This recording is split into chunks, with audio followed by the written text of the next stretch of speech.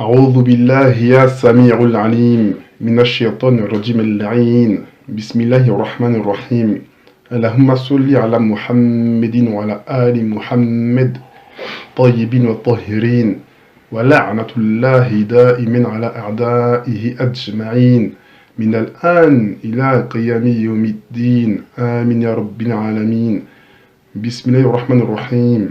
Chers frères, chères sœurs, Soudan Massina.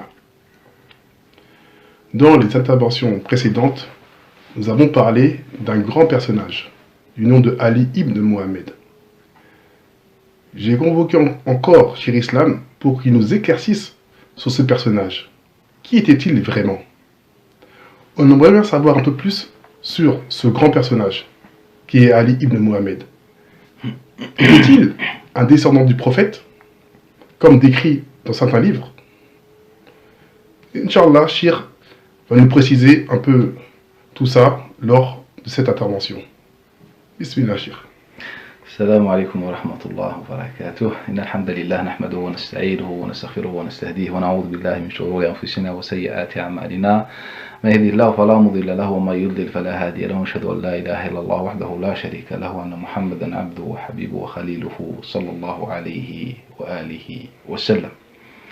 عبد الله ابن أو علي ابن محمد بن عبد الرحيم, qui est connu par Sahib al-Zanj, l'homme des anges, est un personnage à la fois énigmatique dans les livres islamiques et un personnage qui a beaucoup apporté sur l'échelle universelle, si on peut dire. Pourquoi? En vérité, quand on parle de Ali ibn Muhammad, on est confronté à une absence absolue des livres qui traitent à la fois de manière objective sa vie et qui traitent tout simplement tout court sa jeunesse. Car quand on parle de Ali ibn Muhammad, nous n'avons absolument aucune information sur sa jeunesse, si ce n'est le considérer comme un égareur selon la vision abbasside, persane, etc. Et cela, on va expliquer ces raisons. En vérité, quand on prend les livres qui ont été rédigés, écrits autour de Ali ibn Muhammad, en grande partie, une bonne majorité a disparu avec le temps. Et d'ailleurs, on a des témoignages qui remontent à plusieurs siècles, à une époque très proche de Ali ibn Muhammad et sa révolution, qui nous disent qu'il y avait beaucoup de livres écrits sur la vie de Ali ibn Muhammad, et ceci reflète la valeur qu'avait ce personnage, cet homme, aux yeux de ses auteurs. Le Mas'oudi, par exemple, il nous dit qu'il a vu de nombreux livres, il nous dit Kutuban kathira, beaucoup de livres écrits sur Ali ibn Muhammad. Mais aujourd'hui, si on se pose la question, et sont ces livres-là, en vérité, on n'a absolument aucun livre édité ou manuscrit à ma connaissance sur Ali ibn Muhammad. Et il faut qu'on se pose des questions. Pourquoi ces livres-là n'ont pas pu traverser, comme les autres livres, dans les différents domaines, pourquoi ils n'ont pas pu traverser les siècles et les générations pour nous livrer un témoignage sur cette révolution et ses raisons. Les seuls écrits qu'on possède aujourd'hui, ce sont les écrits des détracteurs de Ali ibn Muhammad. Dans ces écrits, on évoque rarement le nom de Ali ibn Muhammad. On parle du maudit, on parle de l'khabith, on parle de Dajjal, on parle de l'imposteur. C'est ainsi qu'il a été nommé et surnommé dans les livres. Quand vous prenez soit les chroniques de Basra, vous prenez les chroniques de Tabari, ou les écrits encore de l'imam al-Safadi, Ibn Maskawayh, al-Istakhari et encore d'autres, les anciens livres, en fait on donne à Ali ibn Muhammad ses noms, et ceci prouve qu'on n'est pas dans une objectivité. Par exemple, quand vous prenez l'imam al-Tabari qui a beaucoup écrit dans ses chroniques sur Ali ibn Muhammad. La référence principale de l'imam al-Tabari, c'était son cheikh Ibn al-Hassan, ou bien qui est connu par Ibn Shaylama. Et cet homme-là était parmi les ennemis de Ali ibn Muhammad. Et c'est pourquoi Tabari a pris parti. Et ça va être la même chose pour les autres auteurs sur Ali ibn Muhammad. Donc ça, ce qu'il faut savoir, c'est que Ali ibn Muhammad n'a pas bénéficié, comme le cas des autres savants de l'islam, dans n'importe quel domaine, des écritures objectives. On est là pour critiquer ce qu'il a fait. D'où l'absence des écrits sur sa jeunesse et son parcours, qui est un parcours intéressant. Donc on va parler uniquement dans les livres que du moment où Ali ibn Muhammad s'est révolté, s'est soulevé contre le régime abbasside et le régime perse de manière générale. Et dans la théorie islamique, on a plusieurs positions par rapport à l'origine de Ali ibn Muhammad. Donc, il y a la position majoritaire, elle nous dit que Ali ibn Muhammad, c'est un descendant de Abd Qais. C'est une tribu qui s'est installée au Bahreïn. Deuxième position également majoritaire, elle nous dit que Ali ibn Muhammad est d'origine persane. Ensuite, on se retrouve avec des avis qui nous parlent d'une origine alawite, c'est-à-dire un descendant du prophète alayhi as-salat wa as-salam. D'autres positions nous affirment simplement qu'il était esclave. Donc de manière générale, quand on va étudier ces théories et les confronter à des remarques ou des critiques scientifiques, ne vont pas tenir longtemps. Pour quelle raison? Car d'aller dire que Ali ibn Muhammad était perse, en fait, on comprend pourquoi on a dit qu'il était perse. Car à cette époque-là, il y avait un grand conflit entre les Arabes et les Perses, entre les Noirs, si vous voulez, et les Blancs. Et souvent dans les littératures des hommes à cette époque-là, quand on disait quelqu'un il est perse, c'est une forme de critique. Et c'est pourquoi, lorsqu'on a parlé de son origine, on a attribué Ali ibn Muhammad à quelqu'un qu'on a considéré comme son grand-père, alors qu'il y avait que 3 ans qui les séparent. Comment peut-on dire que Ali ibn Muhammad et son grand-père, seulement 3 ans les séparent? En fait, pourquoi? Juste pour dire que Ali ibn Muhammad, ce n'est pas un arabe, c'est un imposteur. Il vient de Ray, plus précisément selon leur théorie, c'est-à-dire le nord de l'Iran, et il veut renverser le monde islamique, etc. Et deuxièmement, cette théorie ne tient pas la route. Pourquoi? Car sans divergence, Ali ibn Muhammad était esclave. Et on ne peut pas dire que Abd Qais, qui était occupé par le 4e régime sassanide, c'est-à-dire depuis l'année 226, on ne peut pas dire que Bani Abd Qais avaient des esclaves perses alors qu'ils sont occupés par les Perses depuis plus de 4 siècles. C'est incohérent. Il n'y avait pas à cette époque-là, surtout dans cette région-là, des esclaves d'origine persane. Ça ne tient pas la route. Donc Ali ibn Muhammad, il était esclave réellement.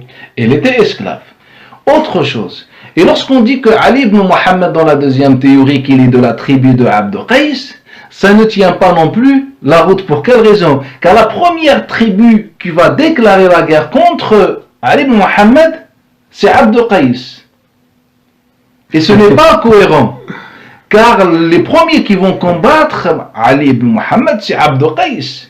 Alors que dans l'attitude des tribus autrefois, lorsque l'un des leurs sort, il est tout le temps soutenu. C'est enraciné, c'est ancré dans la culture arabe ou la culture des tribus autrefois.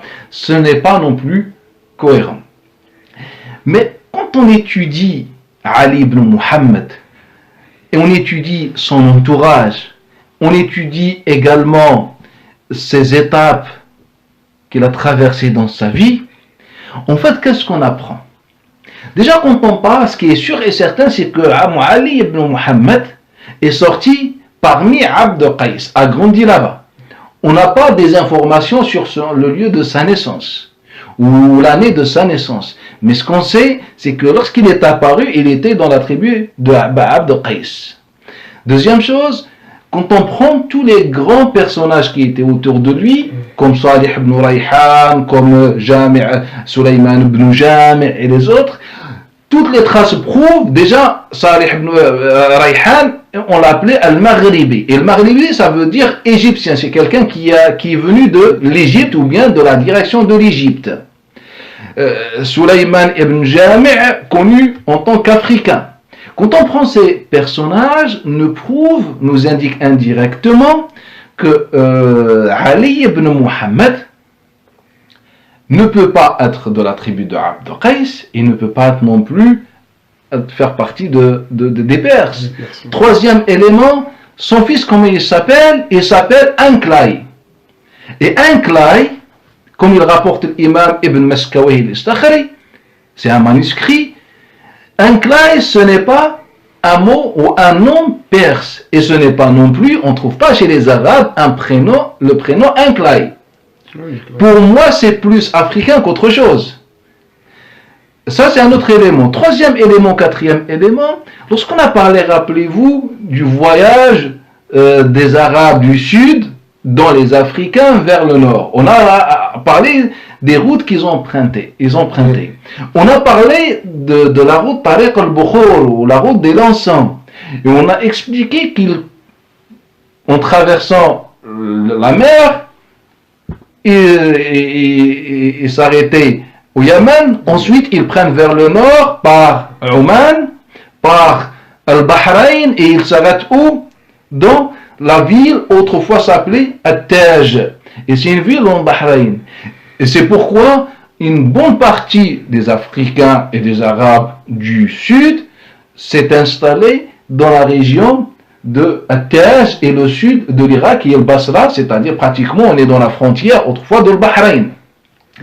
Et donc quand on prend ces éléments, et cet élément, plus de ça, qu'est-ce qu'on a comme information? On a toujours parlé des marchés ou des marchés célébrés à l'époque du prophète. Avant, on a parlé de Souq Uqad, Majanna, Souq Dhil Majaz, les trois marchés.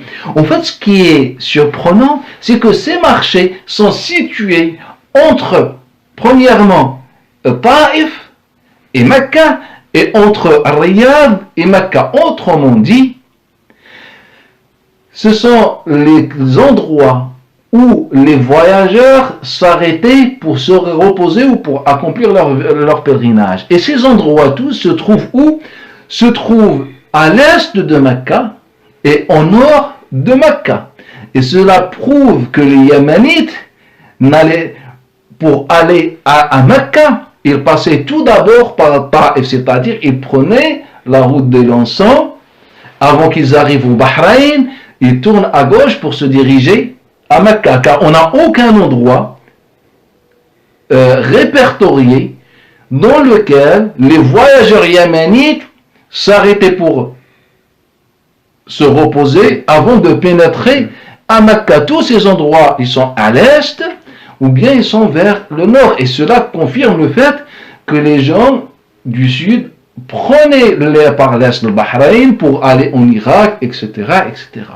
Et la masse, ou ceux qui vont soutenir Ali ibn Muhammad, majoritairement sont de cette région. Moi, dans ma vision des choses, je pense que Ali ibn Muhammad est un Africain et qui est venu du sud, ou bien un Yéménite arabe qui est venu du sud. Et ce qui est sûr et certain, c'est que les partisans de Ali ibn Muhammad sont majoritairement des deux tribus. Ou la plus grande, c'est la tribu de Tanour. La deuxième, Bani Lahm. Et les deux tribus sont des tribus arabes, qu'on les surnommait autrefois par les Perses, les Inges. Pourquoi? Car ils étaient noir. Et donc, pour moi, Ali ibn Muhammad et les Noirs autour de lui, ils font partie soit des Arabes du Sud, c'est-à-dire les partisans, soit pour lui, ou pour certains, ils venaient de l'Afrique. Mais les attribuer à Abd Qais, pour moi, ce n'est pas cohérent, car c'est Abd Qais qui ont déclaré la première fois la guerre contre lui. Les attribuer au père, c'est encore moins cohérent. Donc pour moi, en conclusion, je peux dire que Ali ibn Muhammad, c'est soit un arabe du sud, c'est-à-dire les premiers arabes yéménites, soit il fait partie des Africains qui ont traversé la mer pour s'installer autrefois au Yémen. Mais ce qui est sûr et certain pour moi, il n'est pas de Abd Qais, il n'est pas non plus d'origine persane. Autre chose, par rapport à son origine alawite. Ce qui est intéressant, c'est que lorsqu'on va tracer les étapes de Ali ibn Muhammad et sa révolution, on va remarquer que Ali ibn Muhammad ne s'est attribué cette origine que lorsqu'il était à Bagdad.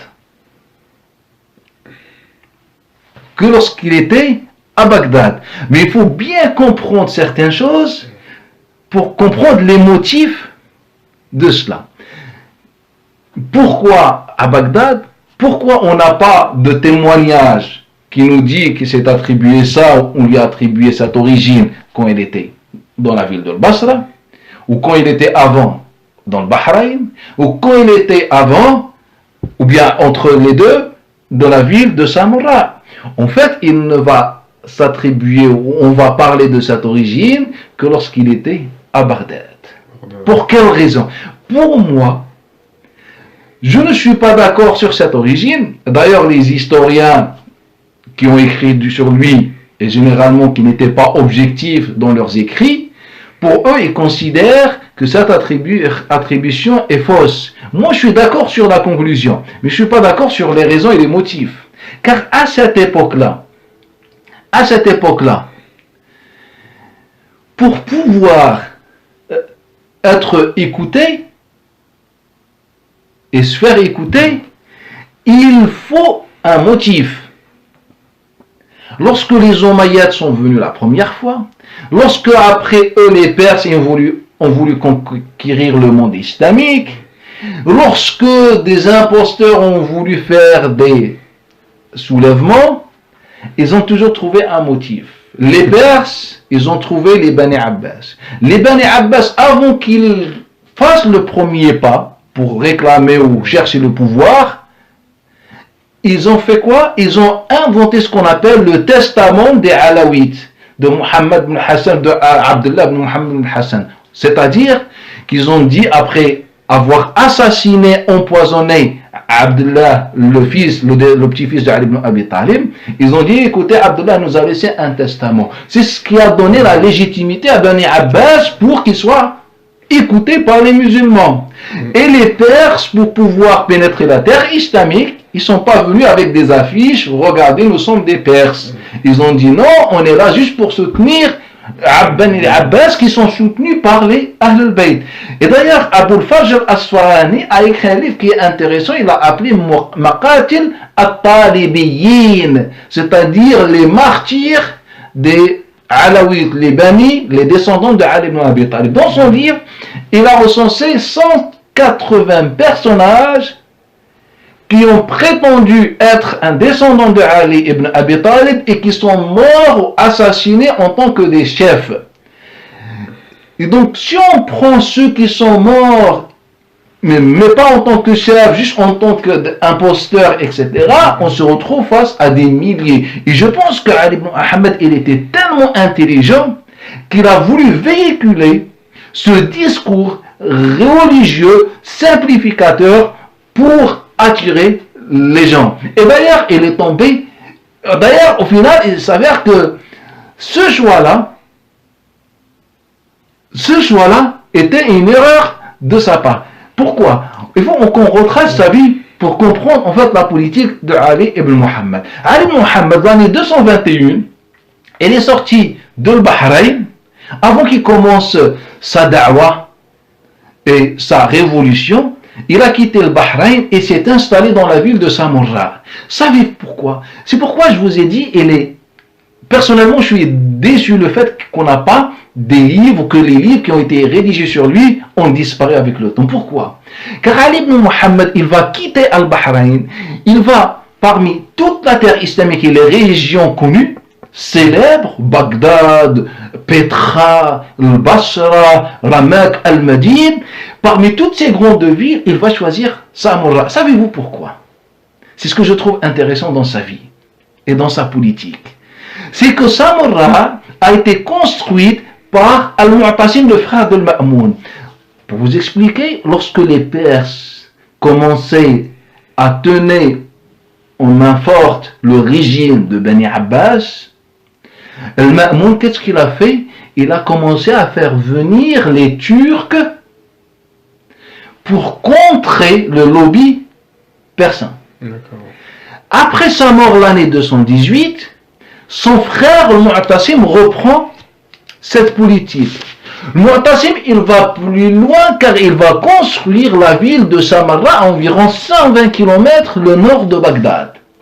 Et dans cette ville, il va déplacer le palais royal ou la capitale de l'État. Ce n'est plus aujourd'hui Bagdad, c'est Samarra.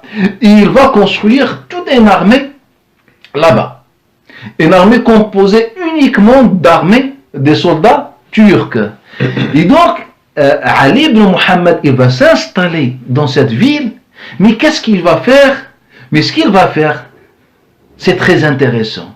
Et ça prouve que Ali ibn Muhammad, malgré qu'il a été marginalisé par le patrimoine islamique, il était très intelligent et très sage. Pourquoi?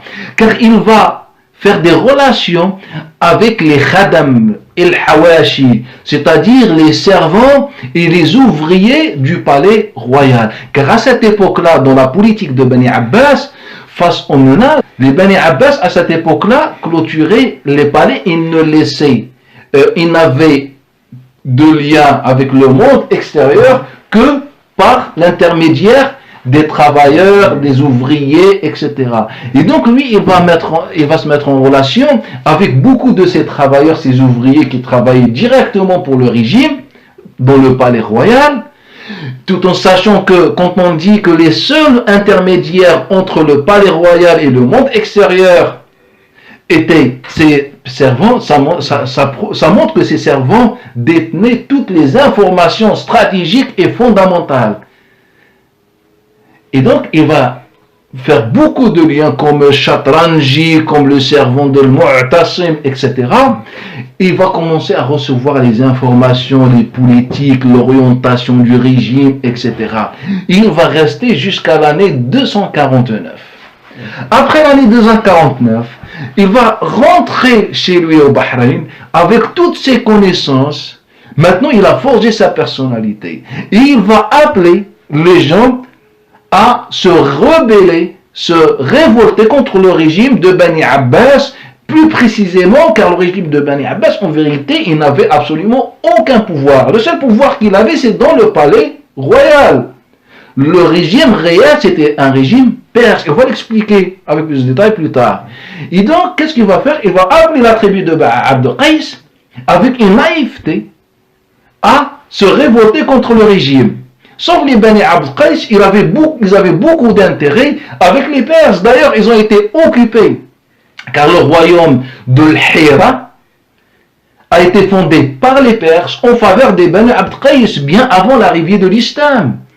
Et donc, ils avaient des relations très solides avec les Perses. Et ce n'est pas les Bani Abd Qais qui vont s'allier à cet homme-là pour se révolter contre les Perses. Et donc, il sera combattu par Banu Abd Qais. 5 ans plus tard, c'est-à-dire l'année 245, il va reculer dans la campagne de Bahreïn et après, il décide d'aller à la ville de Basra en espérant trouver des oreilles là-bas ou bien des partisans là-bas. Sauf qu'à son arrivée là-bas, il a été déjà dénoncé par les Banu Abd Qais, il sera arrêté, sauf qu'il va pouvoir s'enfuir de la prison quelques jours plus tard et il va s'installer à Bagdad. En s'installant à Bagdad, et là pour comprendre pourquoi on parle de son origine alawite, en s'installant à Bagdad, il s'est rendu compte, car Bagdad c'était le cœur, il s'est rendu compte que pour pouvoir être écouté par les musulmans, il faut que tu aies un mobile, tu as un motif et une raison. Et la seule raison qui circulait autrefois, existante autrefois, c'était la raison de l'appartenance à une légitimité. Et il n'y a pas mieux que celle du prophète, alayhi as-salat wa as-salam. Donc on va autour de lui, est-ce que c'était lui qui a prétendu ou ses conseillers? On n'a pas d'informations. Mais à cette époque-là, on va commencer de parler de Ali ibn Muhammad al-Alawi. Et d'ailleurs, à ce moment-là, il reçoit une lettre de qui? De Al-Hassan ibn Zayd. Et Al-Hassan ibn Zayd, c'était un Alawite qui s'était révolté dans la région de Tabaristan, c'est-à-dire entre le Turkménistan, l'Iran, etc. Cette région autrefois s'appelait Tabaristan, et il a vu mettre en place tout un régime chiite. Et donc cet homme-là, ou ce chiite-là, il fait partie de ceux qui ont prétendu faire partie de la de Nabi, des descendants de Nabi. Il va lui envoyer une lettre dans laquelle il lui dit: est-ce que tu as écrit ton origine? Et là, Ali ibn Muhammad, il répond en lui disant: Liya'nika min amri ma'anami min amrik. Contente-toi de ce qu'on te rapporte de moi, comme moi je me contente de ce que les gens me rapportent de toi. C'est-à-dire, tu m'as compris, je t'ai compris. Et donc, il va répondre de cette façon. En vérité, Ali ibn Muhammad, il va se rendre compte plus tard que ce motif-là ne va pas marcher longtemps. Pour quelle raison?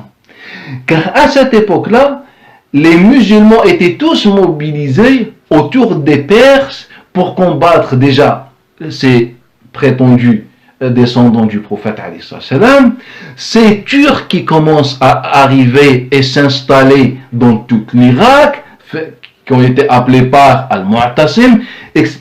Et ça n'a pas marché. Et là, il va prendre une décision, l'année 255, d'aller voir les gens de Basra. Mais cette fois-ci, pas avec la même approche que celle de la dernière fois. Car lorsqu'il a quitté le Bahreïn, il est parti s'installer dans la ville de Basra. Et lorsqu'il a été dénoncé, mais comment en fait il a été capturé, arrêté? C'est lorsqu'il est rentré en relation avec des notables de la ville de Basra, de grandes tribus. Et c'est pour ça qu'il a été livré au régime. Et là, il s'est rendu compte avec son expérience dans la ville de Samarra, son expérience dans le Bahreïn, sa première expérience dans la ville de Basra, il va maintenant comprendre en fait ce qui se passe, ainsi que son expérience à Bagdad. Et là, qu'est-ce qu'il va faire? Il va se diriger vers ses partisans fidèles. Ces partisans fidèles, ce sont les Charoujiyin. Je pense qu'une fois on les a évoqués. Les Charoujiyin, dans le dialecte, c'est-à-dire les orientaux. Autrement dit, ceux qui vivaient à l'est de l'Euphrate, le fleuve de l'Euphrate. Qu'est-ce qu'ils faisaient à Charoujiyin là-bas? Dans certains manuscrits, il est dit que Charoujiyin, ils étaient installés là-bas pour récolter le sel. Et en vérité, chez tous les géographes qui ont parlé de la ville de Basra, autrefois, depuis bien avant l'islam, ils ont toujours parlé du sel de Al-Basra. Car il y avait beaucoup de marais, beaucoup de lacs salés, ce qu'on appelle As-Sabakhat. Et on parle de Kousouh, des montagnes de sel, et toujours ils ont été, à chaque fois on a parlé du sel de Basra, ça a été associé aux anges en noir. Et là ça nous montre que les anges les noirs, depuis bien avant, bien longtemps, ils ont été rendus en esclaves pour travailler pour les Perses, quand les Perses étaient là, ou les Byzantins. Et donc, Ali ibn Muhammad, l'année 255, il va revenir à cette région en commençant plus vers le nord, c'est-à-dire le sud de Bagdad. Il va longer tout le fleuve de l'Euphrate.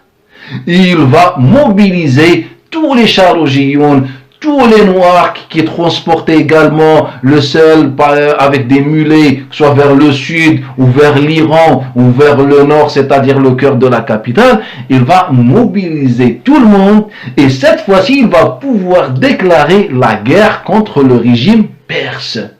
Alors qu'autrefois, à chaque fois, il avait échoué. Donc il a eu un très grand rôle dans l'histoire en fait.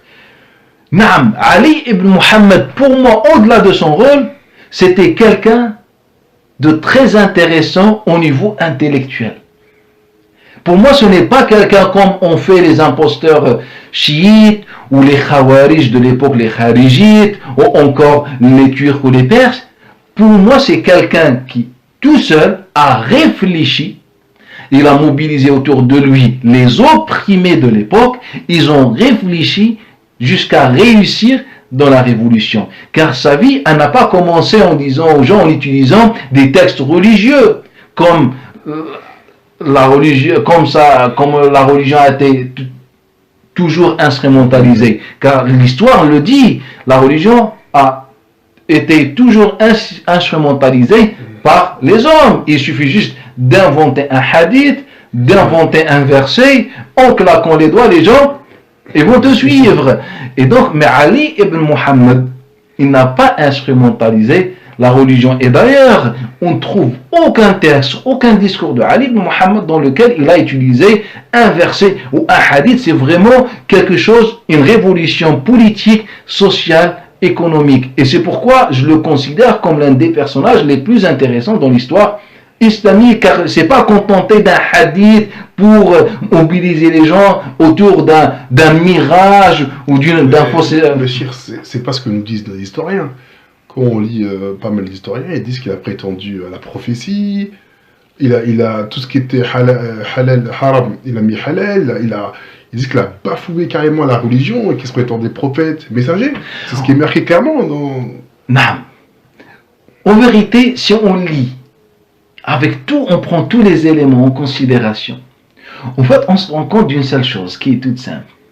C'est que tellement il était avancé par rapport au niveau de son époque, c'est que les gens, ils l'ont perçu comme, encore une fois, un kharijite qui sort.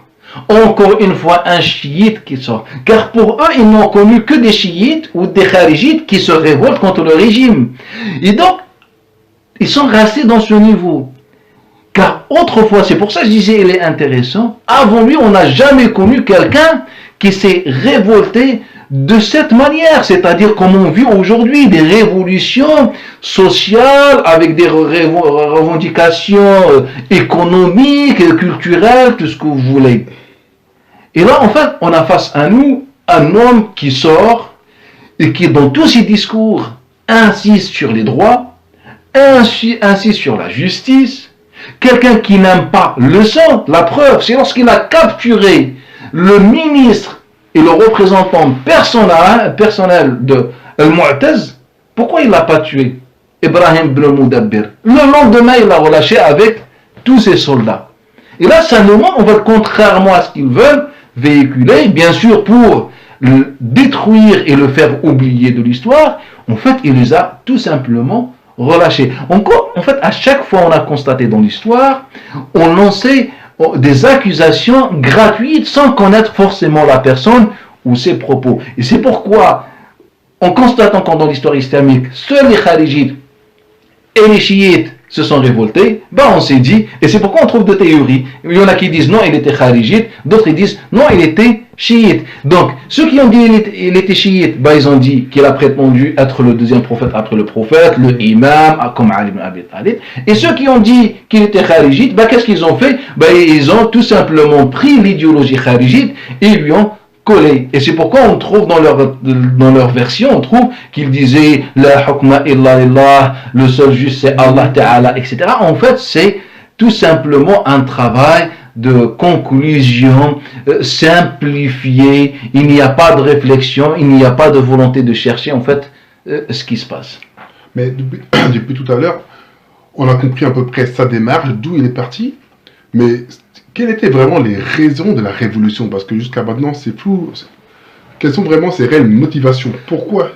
En fait, quand on prend les motivations, en fait, on trouve deux points fondamentaux. Le premier point, c'est le rapport entre les Arabes et les Perses. Et le deuxième point, c'est le niveau économique et social des gens et de la population à cette époque-là. Autrement dit, en fait, pour comprendre en fait ce qui se passe, lorsque les Bani Abbas sont arrivés, poussés et soutenus par les Perses, la première idéologie apparue à leur arrivée, c'est ce qu'on appelle Ash-Shu'ubiyya. Qu'est-ce que ça veut dire Shu'ubiyya? C'est la haine envers les Arabes.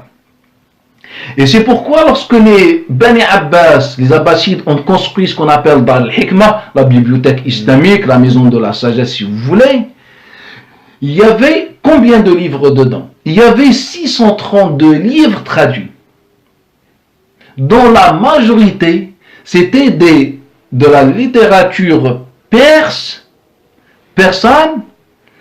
qui est là pour critiquer la race arabe.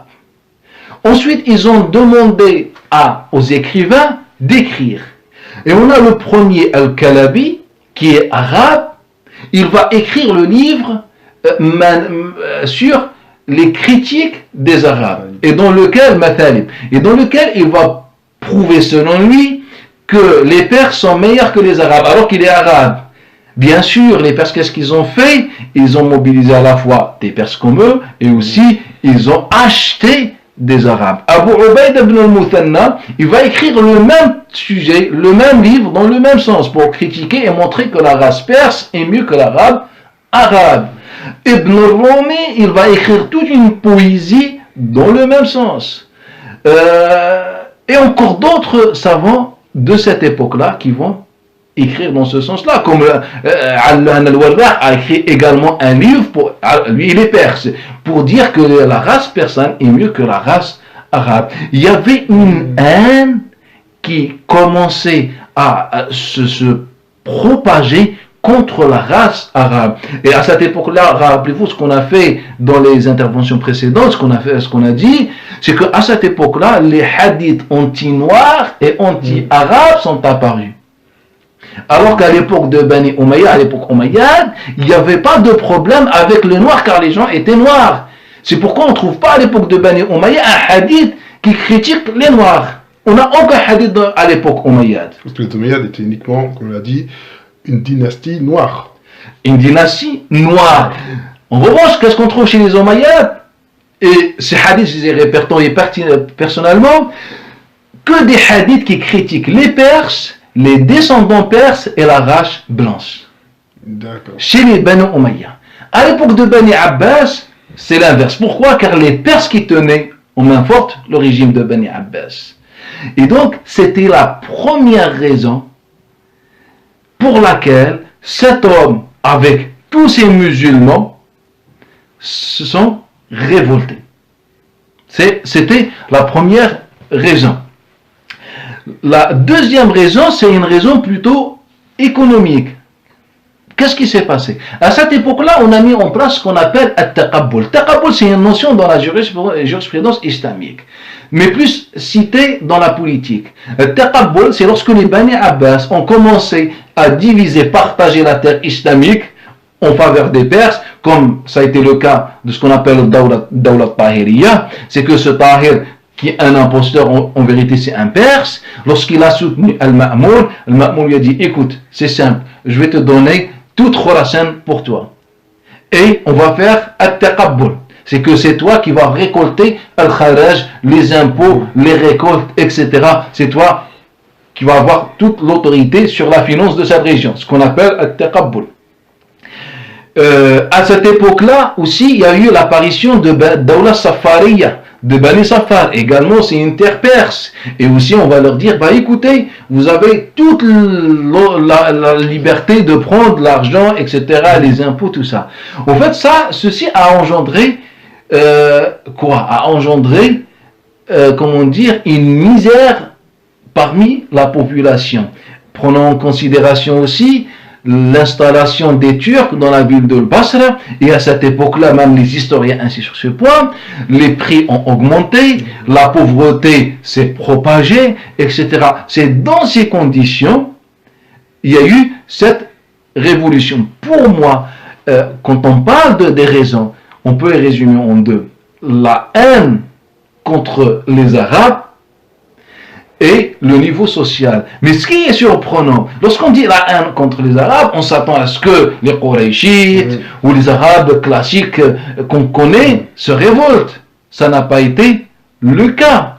En vérité, ce qui s'est reproduit, en vérité, ce qu'on a constaté à l'époque Abu Ja'far Mansour, et je pense qu'on l'a évoqué en bref dans une intervention passée, lorsque les Qurayshites noirs de Medina se sont révoltés contre son cousin. Rappelez-vous ce qu'on a dit.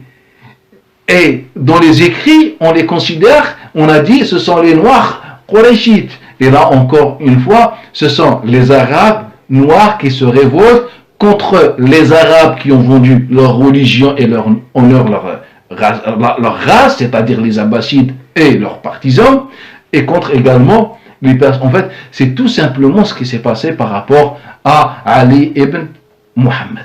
D'accord, donc c'était les Perses, plus certains Arabes qui se sont fait acheter par les Perses, qui ont suivi les bannières basses, contre les Arabes Quraysh noirs. Donc c'était une guerre, entre guillemets, sur la terre arabe, pour savoir celui qui va dominer cette terre, entre les Blancs, entre guillemets, et les Noirs.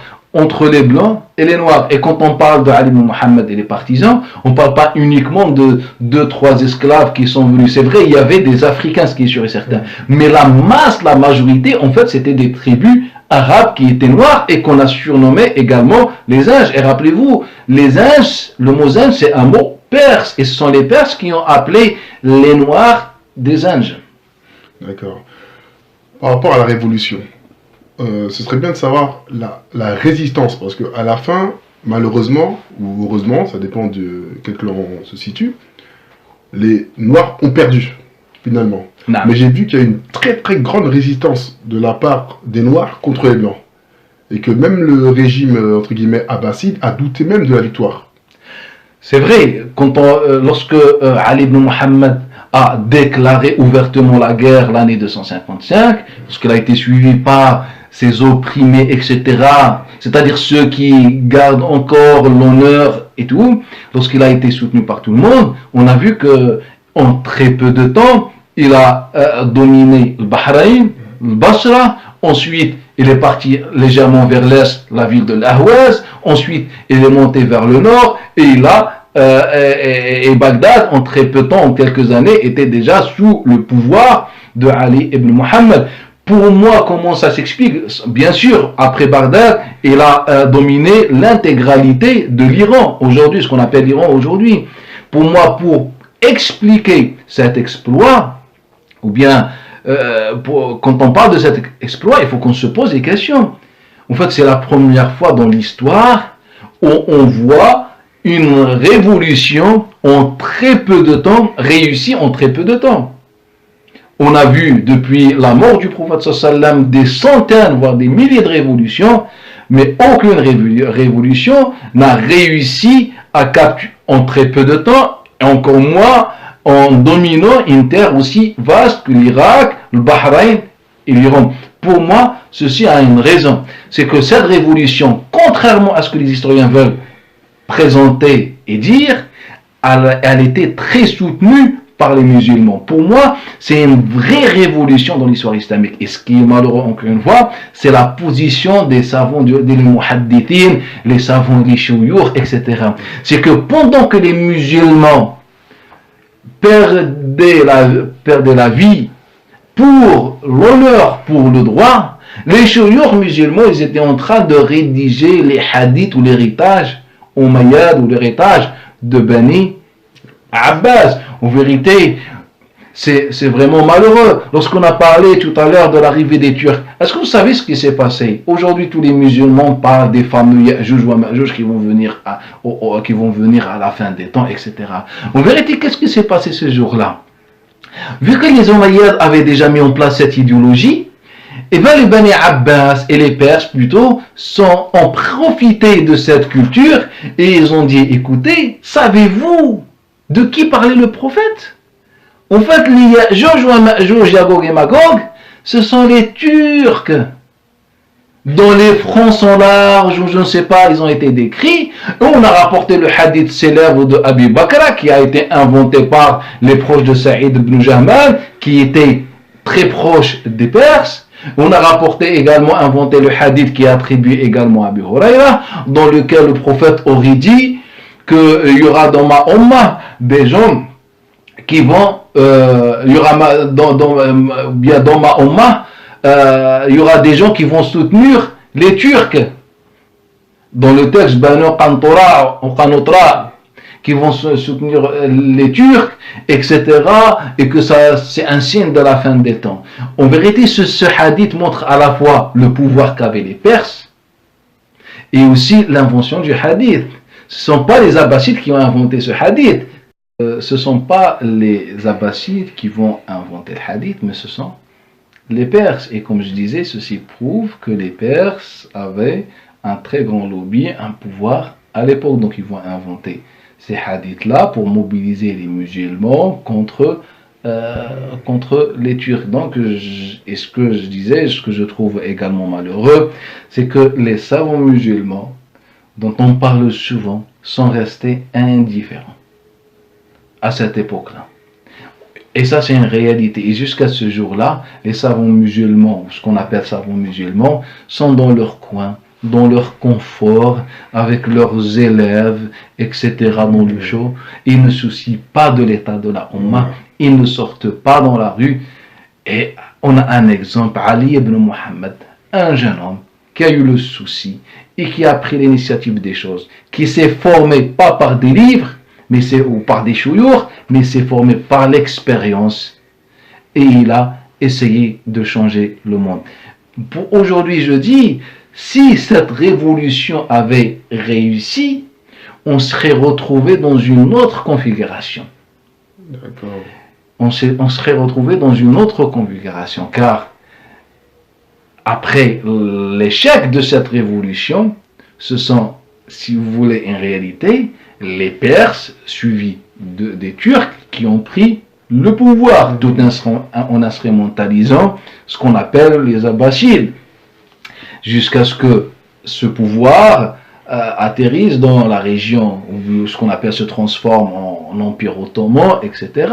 Mais si cette révolution avait réussi, on serait retrouvé peut-être avec un régime à la fois qui défend les droits, car elle est sortie pour les droits et la justice, et aussi qui reflète enfin une vision arabe noire, et non la vision arabe omeyyade ou la vision arabe abbasside, Mon cher, tu veux dire qui par n'était là, pas du tout neutre. tu veux dire par là que si Ali ibn Mohammed et ses partisans auront gagné cette bataille, l'Arabie en majorité sera encore noire.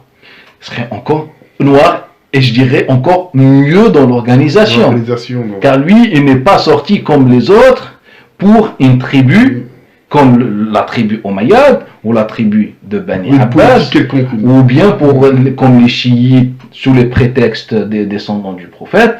Lui, il est sorti pour défendre la justice et les droits, et la preuve, il a été soutenu par des différentes tribus, différentes races. D'accord, ben je pense que Ali ibn Mohammed est un exemple pour beaucoup d'entre nous.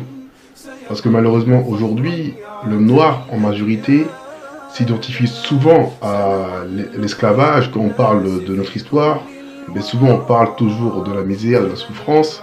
Et c'est bien aussi de parler de grandes personnes comme Ali ibn Mohammed, de la civilisation arabe originelle, ou d'autres, comme l'Égypte antique ou le royaume des Afriques de l'Ouest.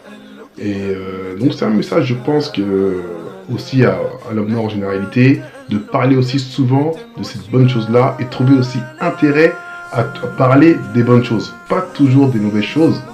Et aujourd'hui, on a l'illustration par cet exemple de Ali ibn Mohammed qui s'est battu jusqu'à la mort contre les Perses pour la dignité, pour la justice. L'intervention s'achève. On se voit plus tard, Inch'Allah, pour une autre intervention avec Cheikh Islam. Assalamu alaikum wa rahmatullahi wa barakatuh. أكبر في السماء تتعالى يكفي إذا كان الكريم بنصره قد بلغ الراجين فيه منالا لا ننهزم والله يسمع صوتنا والله جل جلاله يرعانا والله جل جلاله يرعانا زمن جميل كان فيه سمونا كانت به أمجادنا تتوالى كانت عزائم أمتي خفاقة والله أكبر في السماء تتعالى والله أكبر في السماء تتعالى والله أكبر في السماء تتعالى